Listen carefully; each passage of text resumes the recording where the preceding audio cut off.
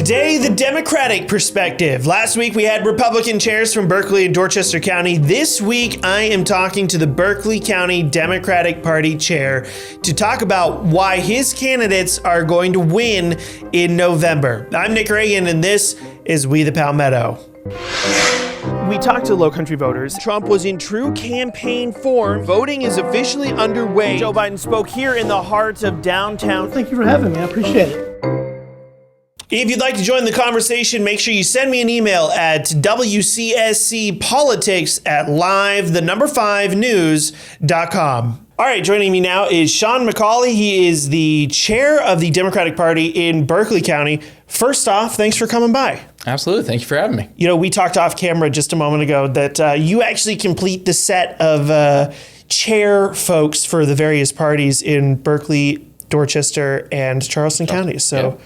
Thank you for completing the set here. Absolutely. Happy to help. All right. Well, let's talk about the elections that we just saw. We have the runoff this week, and 2 weeks ago, the primary before that. What's your big takeaways? Did you see anything that you thought was important? Well, biggest thing that I took away that I think a lot of people did is just the astounding number of turnout that we had statewide in the primaries, and that was fantastic. And it shows, how valuable it is to have candidates that are willing to step up and put their name on the ballot and vie for the votes, because you can't really have people showing up to a primary unless there is a primary to be had. So that was just fantastic to see the urgency that people have to get out there, have their voices heard, and choose their candidates. Yeah, when we have these off presidential years or these midterm elections, turnout's usually a little bit lower. But I think with the expansion of early voting and how that has become so much more of a norm now, basically since the pandemic, we've seen record turnout in certainly early voting every year since. I mean, I wonder how much of that is because of the ease of being able to vote early, and how much of that is, say, the energy level that we're seeing from not just Republicans, but Democrats as well. What do you think? Yeah, I think the expansion of early voting and the ease of it really helps. I know a lot of people that I talk to like getting out there and doing that. And part of that is a lot of folks I'm talking to are helping out candidates, so they want to be available on election day. But I think this cycle specifically, also with the redistricting push that was happening in Columbia, that really energized the Democratic base specifically to get out and show on that first day, second day that no, people are voting. We cannot change these lines at this point. Yeah, I think the news cycle right before an election really matters when you're talking about turnout. I always kind of thought, like, when people ask me about candidates, specifically with certain candidates, I think about like Nancy Mace, for example. What's in the news right before that? Like, if we had been talking about Epstein right before the primary election, which was one of those things that Nancy Mace was very strong on, she may have done better in the polls, right? But who knows what would have happened? It just is important to understand that, what we're talking about, like redistricting, might be a motivating factor in November. So it's probably good for Republicans that it's not happening right before the general election. Yeah, for their side, absolutely. I can see that, but again, we energize the voters as much as we can, let them know that, hey, let's really show that your vote doesn't just matter based on the total count, but sure, actually getting out and showing strength in numbers really makes a difference. Well, maybe you guys can bring back redistricting somehow right before November. That could help out. Okay, well, let's talk about SCO1. We have Nancy LaCour, and she, for the Democratic side, and she'll be going up against Jenny Costa Honeycutt, a Charleston County Council member.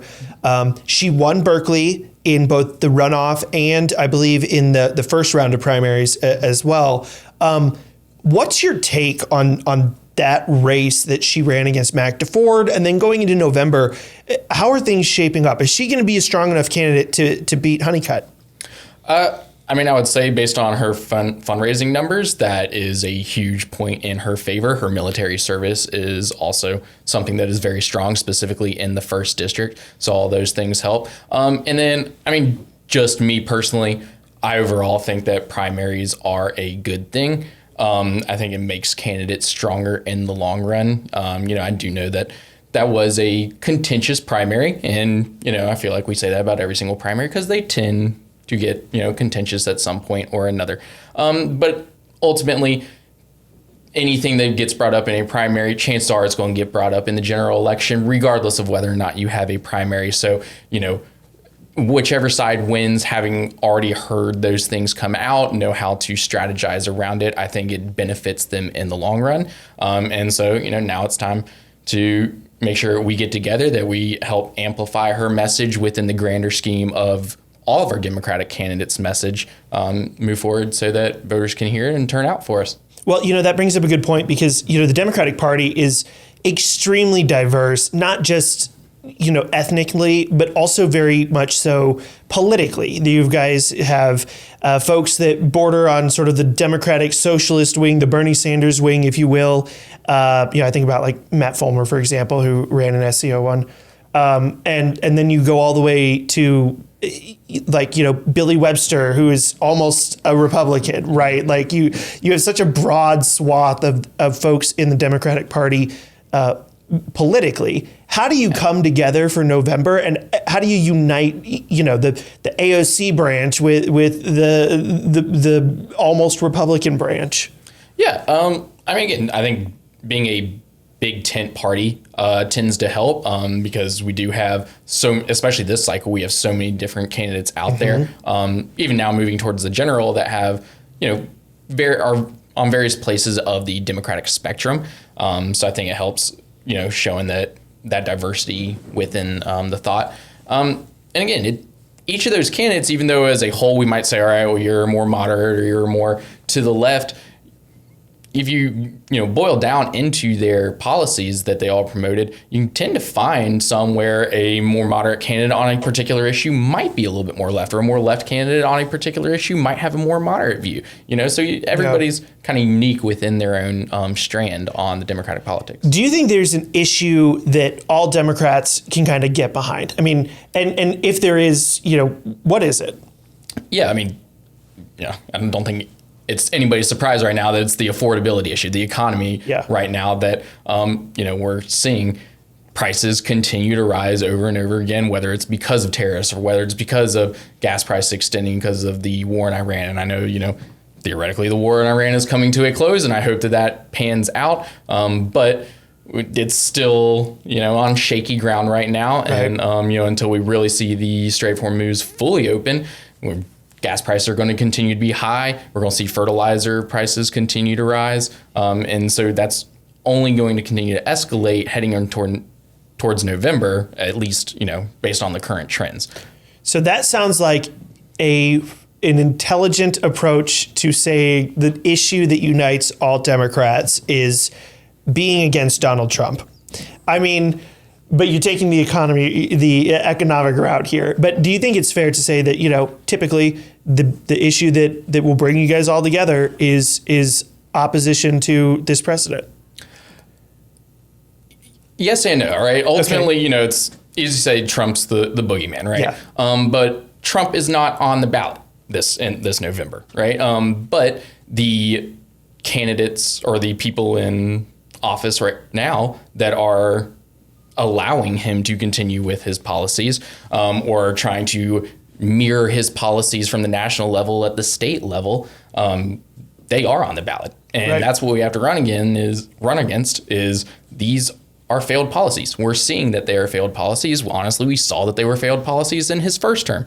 But, he's kind of escalating the situation even more, right? The bipartisan housing bill that he was supposed to sign a couple of days ago, and then at the last second pulled it to try and disenfranchise voters. So, going to ultimately redistricting is about disenfranchising voters, and you say, hey, maybe it comes back up in November. Well, it seems like Trump's trying to do his darndest to make sure it does with the SAVE Act. I wonder if that is not the message to Democratic candidates, that you can run on an anti-Donald Trump platform, but it can't be the thing that you run on. It has to be the economy, or it has to be civil rights, or what have you. And I want to say that we've seen some people fall into that trap, but I also wonder if you were at all surprised to see that every one of the Republican candidates for governor were extremely pro Donald Trump. Like it was not that we would have seen a candidate say, I'm against Donald Trump, but maybe a candidate that put his support for Donald Trump on the back burner. It seemed like all the candidates were, maybe with the exception of Rahm. I'm not sure. But was it unexpected to see that? I mean, not at all, right? It's the Republican base in South Carolina is still strongly in favor of Donald Trump, and I understand that. So every single candidate wanted to get the endorsement. Initially, Pam Evett got the endorsement, and that helped her out in the primary initially, but it went to a runoff. And then, prior to runoff day, I was telling people, I was like, Wilson's going to run away with this thing. And the second Donald Trump basically gave permission to all of those Pam Evett voters to swing their vote to Wilson by doing the double endorsement. Right. Yeah. And the Republican base of South Carolina, they're going to continue to go with Donald Trump. And I understand that. But they are not the entire voting bloc of this state. There are a lot of independents out there, and there are a lot of Democratic voters out there, as we saw with the primary numbers. Yeah, I was at Evett's watch party on Tuesday, and I kind of felt bad for her because, she had run this long campaign. She finally got what she wanted with Donald Trump's endorsement. And then in the 11th hour, he effectively pulled his endorsement and wanted to get another win. And you could tell losing. Exactly. You could tell up on the stage that she was a little broken up, but still strong in the way that she's always been. But that does bring up a good question about how Democrats perform statewide. Democrats have struggled for the last 20 years minimum, right? You've got Annie Andrews in the Senate race, Jermaine Johnson in the governor's race. How do those candidates talk to a state that is chock full of Donald Trump supporters? Yeah, and great question. One, I think it's pretty impressive just on, aside from the question that, both those candidates you pulled out, we have two statewide candidates on the Democratic side that both have doctor in front of their name, right? Yeah. One medical doctor and, get Dr. Jermaine Johnson's not a medical doctor, but still he worked hard to get that degree. And that's phenomenal. Show that. It also shows the diversity that we have within our party. I think the biggest thing to run for our statewide candidates is showing that for 24 years, Republicans have had a trifecta in this state, at the state house, the state senate, and the governor's mansion for 24 years. So a lot of the issues that are confronting us today have been going on for 24 years. And really, I think emphasizing that and pointing out that, hey, maybe electing the same people over and over again, or the same party and the same ideas over and over again, it's not helping us. Let's change it up. At the state level, let's give some other people some fresh ideas and new shot, and let's actually fix the problems that are before us. Yeah, I mean, there are quite a few problems in this state. It seems like it would be all too easy for a couple of Democratic candidates to say, we haven't had anything to do with anything for 30 years, and here are 10 problems. We can talk about roads and infrastructure. We can talk about corruption, and we can talk about the judicial system. Right, and the Republican... the Republicans running for state house right now are running on the same issues that they ran on 2 years ago. Well, Republicans have a supermajority in the state house, a supermajority in the Senate, and a Republican governor. Right. They don't need a single Democratic vote right now to get any legislation passed, and we're not seeing any of those issues get fixed. So maybe it's time to vote them out and actually bring in people with fresh ideas. Well, let's talk about fresh ideas, because other states around us have done better. Other Democratic parties have done better about getting their candidates elected. I think of places like Kentucky, Georgia. They've seen some results. In North Carolina as well, they've seen some results. South Carolina truly is a bit of a holdout when it comes to the Democratic Party making significant gains in any of the branches of government. Do you look to any of those areas around us? Is there a good roadmap that can be transplanted from one of those areas to help make gains here? Yeah. I think each of those, provides a decent example. Specifically, I like looking at Georgia and North Carolina, where what really helped those states isn't that there was, one savior candidate that came in on the Democratic side, but it was that they recruited a bench of candidates to run for various positions up and down the ballot throughout the state. And all those Democrats did not win, But the more Democrats that you have on the ballot, the more people you have to go out there and spread a message to energize voters, right? We have a ton of people on the ballot, and maybe not every single one of those candidates really energizes you as a voter. But maybe somebody who's running for county council or running for your local state house, that gets you out to the ballot. And while you're there, you might as well vote for Tiffany Boozer for comptroller general or Vincent Coe for state treasurer, you know?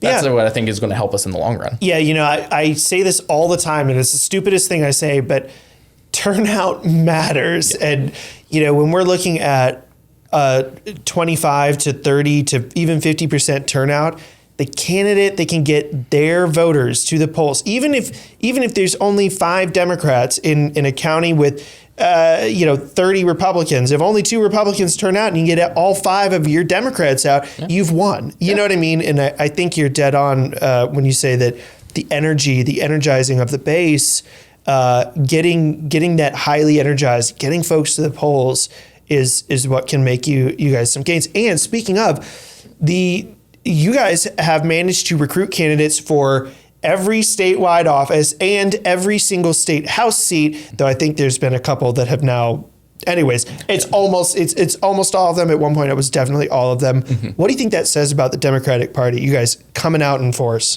Yeah, I mean, that's huge. I mean, it's historic, really, to be able to do that, and that makes all the difference in the world. Again, the past few election cycles, going into November, you had 30, 40 state house seats that there wasn't even a vote in the general election unless you wanted to write in a candidate. But the person who won, the Republican primary was automatically, winning in November. Uncontested, yeah. Uncontested. This time around, there is going to be a Democrat on every single state house ballot.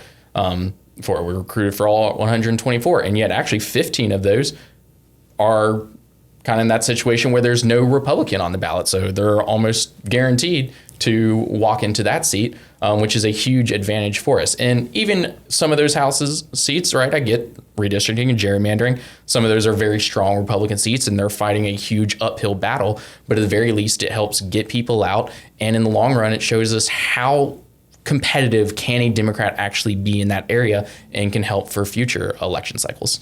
Yeah, you can't win if you don't show up, right? And I had done some reporting in the last presidential election about just how many seats were going uncontested in November, and it was staggering to me just how many people were walking into the state house. They didn't have a primary, they didn't have a general election challenger, they just signed up. And to me, these people are making so many big decisions about policies that affect generations here, and they're completely unchallenged. And a lot of that goes to not having the data, the numbers for people in the party trying to recruit. And people are like, all right, if I'm going to run, like, what are my actual chances? Like, we haven't had somebody run in this district in a decade, 2 decades, so we're not entirely certain. That can be tough. That's another barrier to entry that we completely understand. Having a Democrat on the ballot in every single state house seat, that helps us figure out those numbers for subsequent election cycles. All right, well, let's wrap with this. Which race should we be looking at as the race that Democrats are going to win in November?